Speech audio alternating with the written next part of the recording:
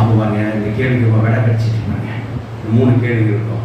ஏன் நமக்கு சில நேரங்களில் வசனங்கள் விளங்க மாட்டேங்குது? ஏன் சில நேரங்களில் நமக்கு வசனங்கள் நமக்கு விளக்கம் கொடுத்து நமக்கு புரிய மாட்டேங்கிறது? ஏன் சில நேரங்களில் வசனங்கள் நமக்கு சில காலகட்டங்கள் மட்டும் விளங்குது, மற்ற நேரங்கள் விளங்க மாட்டேங்குது? ஏன் அப்படின்னா, அந்த வாக்குத்தத்தம் நிறைவேற வரைக்கும் தான் அந்த வசனங்கள் உங்களுக்கு புரியும். அந்த வாக்குத்தத்தம் நிறைவேறதுக்காக தான் அந்த வசனங்கள் உங்களுக்கு புரியும். அந்த வாக்குத்தத்தம் நிறைவேறதுக்கான வசனங்கள் உங்களுக்கு விளக்கம் கொடுக்கப்படும். அப்போது தான் அது உங்களுக்கு புரியும். தேவன் வசனம் சோத்திரம் உண்டாதாக. அப்போ இருந்து என்ன தெரியுது அப்படின்னா, நம்ம வாக்குத்தத்தம் நிறைவேறதுக்காக கர்த்தர் நடத்தி கொண்டு போகும்போது அதுக்கு இணையான வசனங்களை கர்த்தர் என்ன செய்கிறார்? புரிய வைக்கிறார். ஹல்லேலூயா.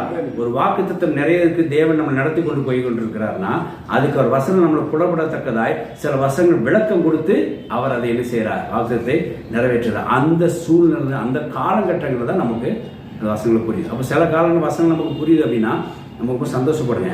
கர்த்தர் வாக்குத்தத்தை நேரம் நம்மளை நடத்தி கொண்டு போகிறார். அதனால இந்த வசனங்கள் நமக்கு என்ன செய்யுது? புரியுது அப்படின்றத நம்ம அறிந்து கொள்கிறோம். தேவனுடைய வசனம் சோத்திரம் உண்டாதாக.